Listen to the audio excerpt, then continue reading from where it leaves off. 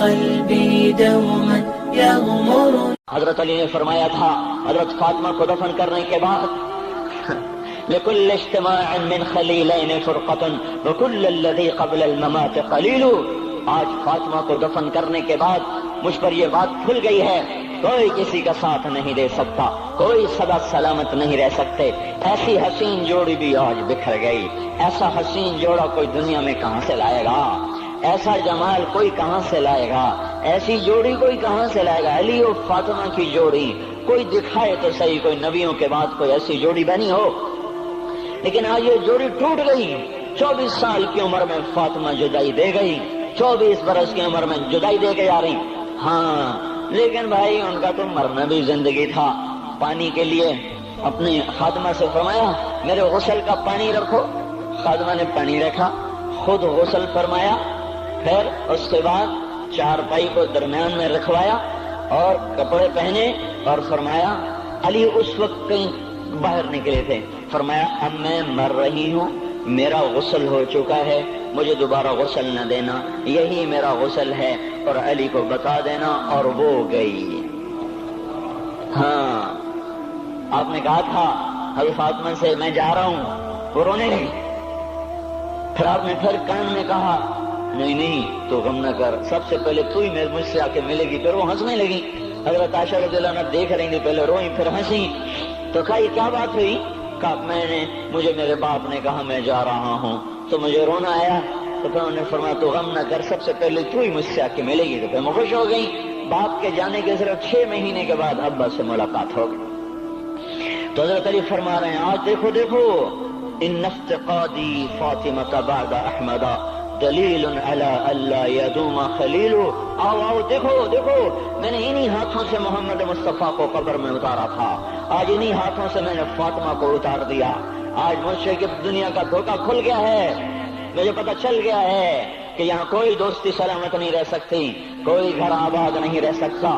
کل بیت وان طالت سلامتها یوم ستدرکها النکباء والحباب. او میرے بھائیو کوئی گھر کتنا آباد رہے سلامت رہے، ایک دن آتا ہے کہ مکڑی کے جالوں کے سوا وہاں کچھ نہیں ہوتا، ہواؤں کی سنسناہٹ کے سوا وہاں کچھ نہیں ہوتا. اللہ کا واسطہ دیتا ہوں فیصلہ آباد سے دھوکہ نہ کھاؤ، اس کے بازاروں سے دھوکہ نہ کھاؤ، ہوش میں آؤ ہم غلط جا رہے ہیں. اور میرے بھائیو اگر مر کے اللہ کے پاس جانا ہے تو اس زندگی سے واپس آؤ، واپس آؤ. میں اللہ کو اس کے رسول کا واسطہ دیتا ہوں. اگر مر کے کہیں اور چلے جانا ہے، اگر مر کے اللہ کے پاس نہیں جانا یا اللہ کے رسول کا سامنا نہیں ہے، جو مرضی کرو. پھر ہم بھی چھوڑیں، اب ہمیں بھی کچھ سمجھاؤ. ہم کیوں بول بول کے گلے کی ایک ایک رگ میں درد اتار بیٹھے؟ گھر چھوڑ چھوڑ چھوڑ چھوڑ سارا وجود ہڈیوں میں درد اتر گیا ہے. تو کچھ ہمیں بھی راستہ بتاؤ کہ یہ راستہ ہے، اس پہ موج میلہ بھی ہوگا، اللہ بھی نہیں ملے گا. آؤ ہم سب پھر ہم بھی مل کر تمہارا ساتھ دیں. ہم کیوں ایسے کھاری اٹھائے ہوئے در در کی ٹھوکریں کھاتے پھر رہے ہیں؟ میرے بھائیو اور اگر ایسا کوئی راستہ نہیں ہے، اور میں بتا رہا ہوں کوئی نہیں ہے، کوئی نہیں ہے، کوئی نہیں ہے، میرے پاس کوئی مضمون نہیں بیان کرنے کو. میں یہ نوجوانوں کو دیکھتا ہوں میرے بندر ٹوٹ جاتے ہیں، میں دیوانہ ہو جاتا ہوں کہ میں ان کے کیسے دلوں میں اتر کر ان کے دلوں کی لگاموں کو اللہ کی طرف پھیر دوں اور اس کے رسول کی طرف پھیر دوں. یہ جب گانے بجانے میں ڈوبتے ہیں، جب یہ رقص گاہوں کو چلتے ہیں، جب یہ تاجر غلط تولتے ہیں، اور جب یہ بینک سے قرضے لے کر لمبے لمبے نظام بناتے ہیں، پرائز بانڈ خرید کر دعائیں مانگتے ہیں اللہ میرا بانڈ نکل آئے. او میرا بھائی تجھے کیا ہو گیا؟ تو جوئے پر دعائیں کر رہا ہے کہ یا اللہ میرا بانڈ نکال دے. میں کیسے ہوش میں لاؤں؟ میں تو خود مدہوش ہو چکا ہوں. میں تو صدمے جیسے آدمی کو پاگل کر دیتے ہیں، دیوانہ کر دیتے ہیں. وہ دیوانگی کی کیفیت ہے کہ کوئی سنتا ہی نہیں، کوئی مانتا ہی نہیں. 4 دن کے تھوڑی دیر کے لیے ہائے ہائے کرتے ہیں، پھر وہی ڈگر، وہی راہیں، وہی غفلت، وہی صبحیں، وہی شامیں. کہاں سے کوئی آئے گا؟ کون سی آواز آئے گی؟ کوئی قیامت کے کڑکا کو سننا چاہتے ہو؟ کیا آسمان کے دھماکے سن کے توبہ کرنا چاہتے ہو؟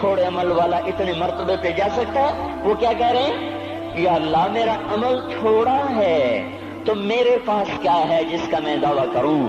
یا اللہ میرا عمل تھوڑا ہے، یا اللہ مجھے تنہا جانا ہے، یا اللہ راستہ بڑا خطرناک ہے، یا اللہ عمل کا توشہ تھوڑا ہے، اے میرے مولا مجھے معاف کر دے، مجھے معاف کر دے۔ یہ وہ ہیں جو معاف ہو چکے ہیں، جن کی بخشش ہو چکی ہے، اور مجھے تو پتہ نہیں ہے کس حال میں جانا